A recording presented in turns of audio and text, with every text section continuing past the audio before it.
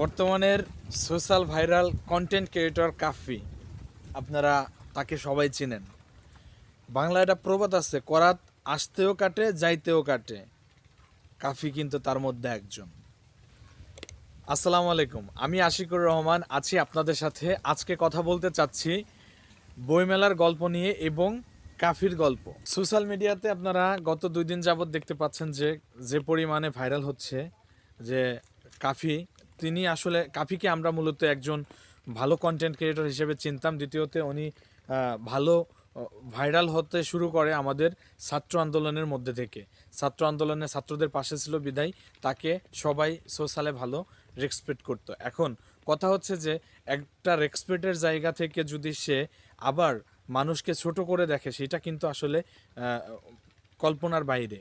আমরা তাকে খুব শ্রদ্ধা করতাম বা ভালো কন্টেন্ট ক্রিয়েটর হিসেবে জানতাম।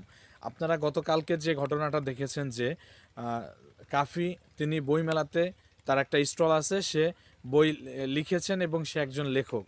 এখন আমার কথা হচ্ছে যে সে কেমন লেখক আমি জানি না। বাংলাদেশে তার থেকে বড় বড় অনেক লেখক আছে যারা বই লিখতেছে, কিন্তু তারা কখনোই এই ধরনের মার্কেটিং করে বিক্রি করে না।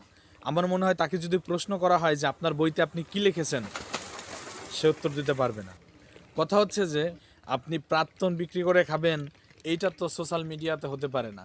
একটা মানুষ প্রাক্তনকে কতক্ষণ বিক্রি করতে পারে? এখন কথা হচ্ছে যে আসেন তার যুক্তির দরবারে আমি যাই। এখন সে যেহেতু এত যুক্তিবিদ, এত যুক্তিবাদী, এত যুক্তি দেয়, তো এখন আমার কথা হচ্ছে যে সে বইমেলাতে একটা স্টল নিয়েছে, একজন লেখক।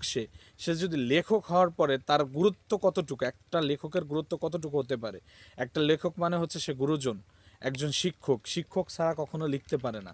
অতএব আমি মনে করি যে সে শিক্ষা নামের কলঙ্ক ছড়াচ্ছে মানুষের মধ্যে।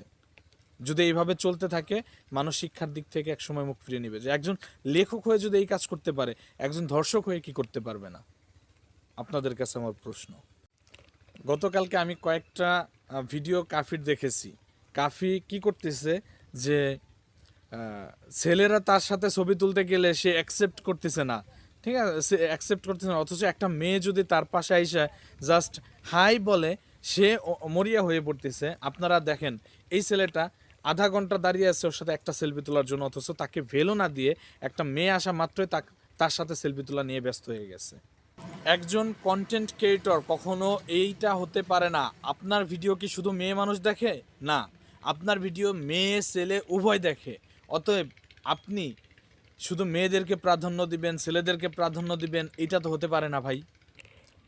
তারপরে যেটা সবচাইতে বেশি ভাইরাল হয়েছে সেই টপিকটা হচ্ছে যে কাফির স্টলে দুইটা মেয়ে, আরও অনেক মেয়ে ছিল, দুইটা মেয়ে, একটা মেয়ে শাড়ি পরা ছিল, একটা মেয়ে বোরকা পরা ছিল। সে বোরকা পরা মেয়েটার দিকে তাকালো না পর্যন্ত, অথচ শাড়ি পরে ঢিলা ঢালা হয়ে যেই মেয়েটা আসছে, সেই মেয়েটার সাথে কি কাহিনী করলো আপনারা দেখেন। যাই হোক, ভালো থাকবেন সবাই, সুস্থ থাকবেন। এই ধরনের লোককে আসলে আপনারা কিভাবে নেবেন এটা আপনাদের ব্যাপার। ভালো থাকবেন সবাই, সুস্থ থাকবেন। আসসালামু আলাইকুম।